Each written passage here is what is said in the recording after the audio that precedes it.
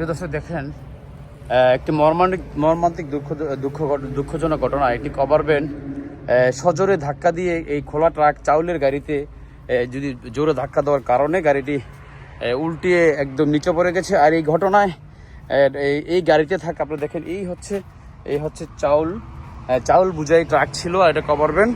আর এই চাউলের গাড়িতে যিনি গাড়ির হেল্পার ছিল সে ঘটনাস্থলে মারা যায়, এবং এই কভার ভ্যানের যে ড্রাইভার ছিল এই ড্রাইভারের সাহেবও ঘটনাস্থলেই এই দুর্ঘটনায় সেও মারা যায়। আপনারা দেখছেন এই যে পরিস্থিতি, এটি কি বেঁচে থাকার মতো কোনো পরিস্থিতি নেই।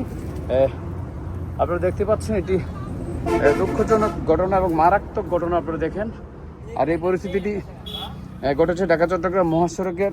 এই হচ্ছে কভার ভ্যান গাড়ির নাম্বার, ঢাকা মেট্রো 20-20-95। এই হচ্ছে গাড়ির নাম্বার। আর ট্রাকের গাড়ির নাম্বারটা আপনাদেরকে দেখানোর চেষ্টা করছি।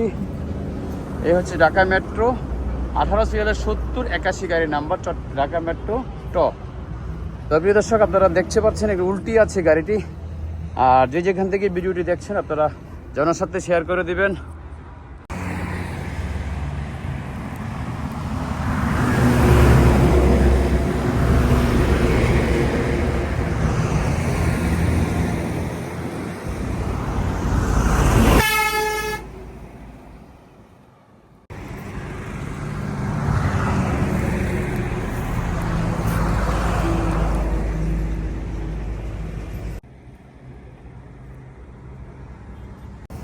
দর্শক, এই দেখেন যে গাড়ির যে পরিস্থিতি।